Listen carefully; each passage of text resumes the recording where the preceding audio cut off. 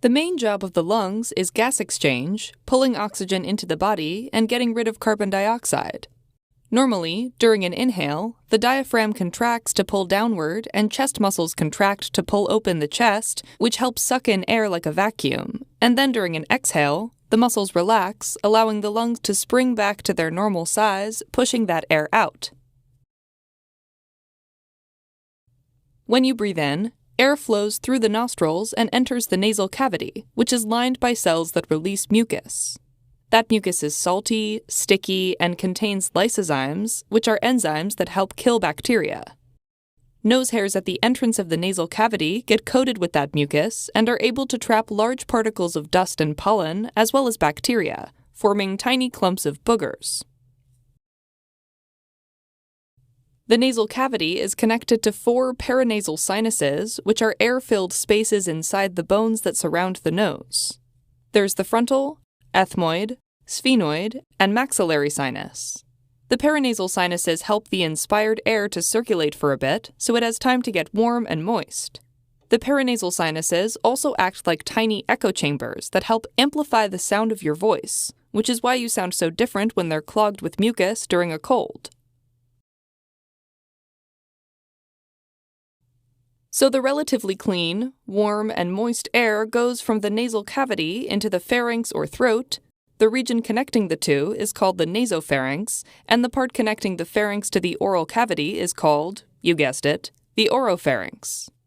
The soft palate, the softer portion of the roof of your mouth behind the hard part that you can feel with your tongue, and the pendulum-like uvula hanging at its end move together to form a flap or valve that closes the nasopharynx off when you eat to prevent food from going up into the nasopharynx.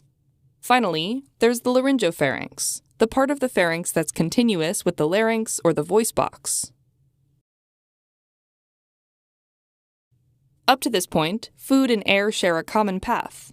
But at the top of the larynx sits a spoon-shaped flap of cartilage called the epiglottis, which acts like a lid that seals the airway off when you're eating so that the food can only go one way, down the esophagus and towards the stomach.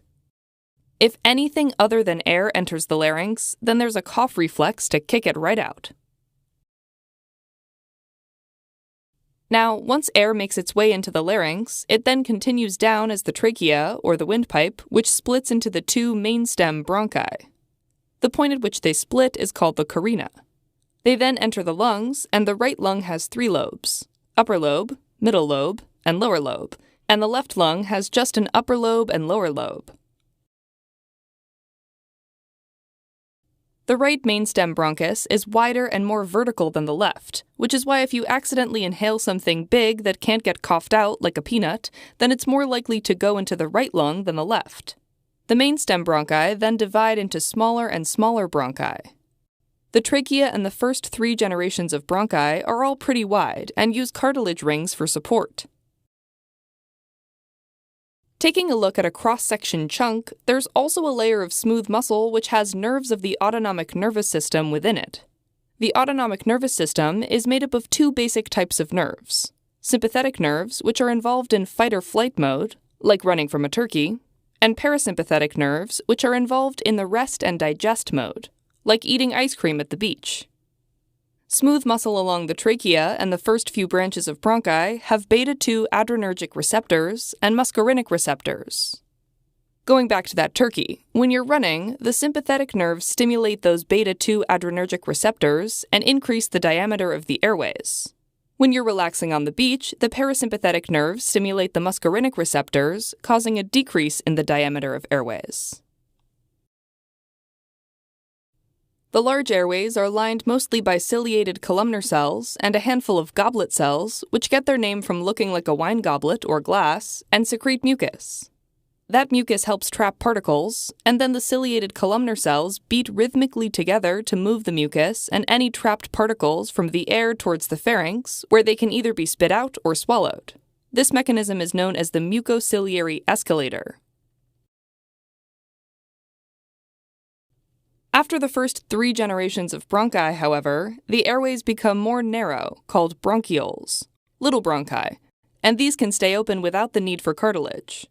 Air is conducted through smaller and smaller bronchioles for about 15 to 20 generations, and collectively they're known as conducting bronchioles. The bronchial arteries supply the conducting bronchioles with oxygenated blood.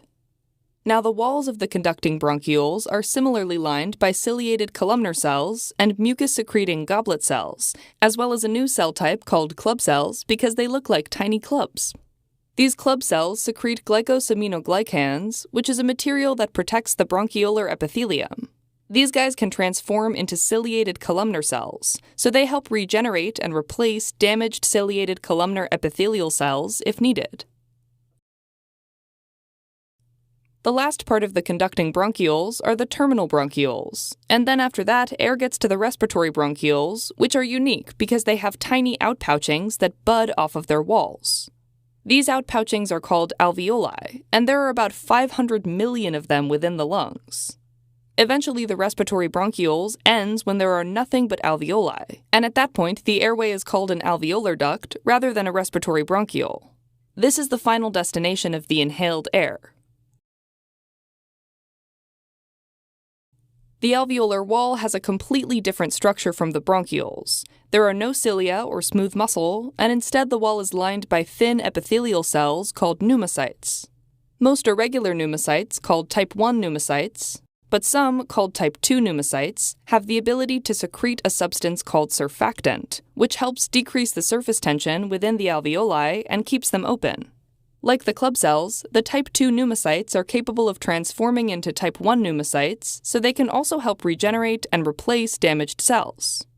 Finally, if a tiny particle ever makes it deep into the lungs, there are alveolar macrophages that can gobble it up and then physically move up to the conducting bronchioles, where they can ride the mucociliary escalator all the way up to the pharynx to be either coughed up or swallowed down.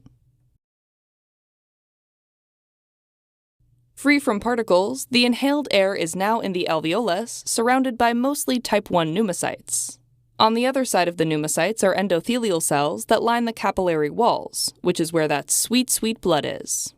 This time, though, that blood comes from the pulmonary arteries, carrying deoxygenated blood.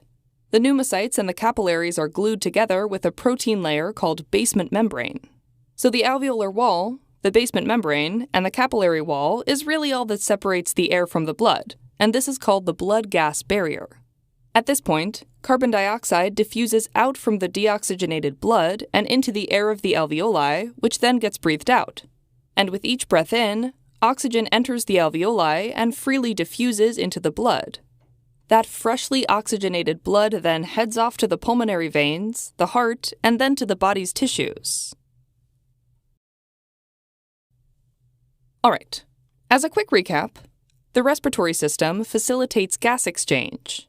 Oxygen in the air is inhaled and makes its way through the pharynx, larynx, trachea, large upper airways, conducting bronchioles, respiratory bronchioles, the alveoli, and finally the capillaries to be sent to the body's tissue. Then carbon dioxide makes the reverse journey to eventually be exhaled into the world.